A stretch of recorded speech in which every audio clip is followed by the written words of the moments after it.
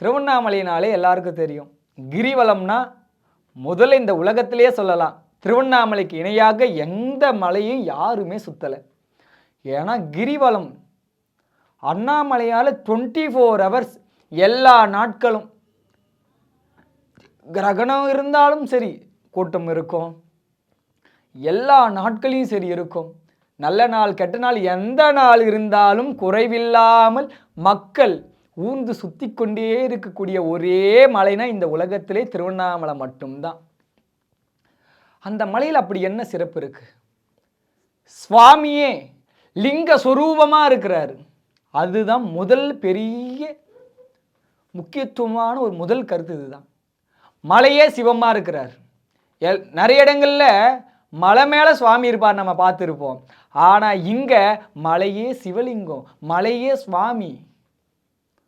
அந்த மலையே சிவமா இருக்கிற காரணத்தால முதல்ல சிறப்பு. இன்னொன்று, பிரம்மா விஷ்ணு அவங்களுடைய ஆணவம் ஒடுங்க சுவாமி நெருப்பு சுடரா நின்னார், வானத்தை எல்லாம் பிளந்துன்னு நின்னார்.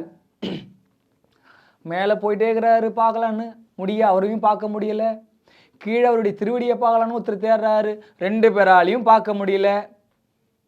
திருமால் பிரமன் இருவரும் கஷ்டப்பட்டாங்க, அப்படியும் பார்க்க முடியல. அந்த சிவம் அன்புக்காக இறங்கக்கூடிய சிவம் திருவண்ணாமலை இருக்கக்கூடிய அண்ணாமலையார். அந்த அண்ணாமலையார் நீங்க எப்ப சுத்தினாலுமே சிறப்பு தான். ஆனா அதீத சிறப்பு என்பது கார்த்திகை மாதம்.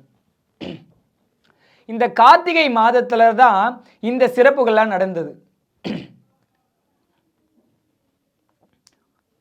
கார்த்திகை மாதத்துல தான் இந்த நிறைய சிறப்புகள் நடந்த மாதமா இருக்கும் காரணத்தால அந்த மலைக்கு மேல் உலகத்தில் இருக்கக்கூடிய தேவர்களும் சரி, பாதாளத்தில் இருக்கக்கூடிய சிவ பக்தர்களாக இருக்கக்கூடிய அரக்கர்களும் சரி, நல்ல நல்ல புனிதமான ஆன்மாக்கள் எல்லாம் இந்த கார்த்திகை மாதத்தில் தேடி வர நாட்கள் தான் இந்த கார்த்திகை மாதங்கள்.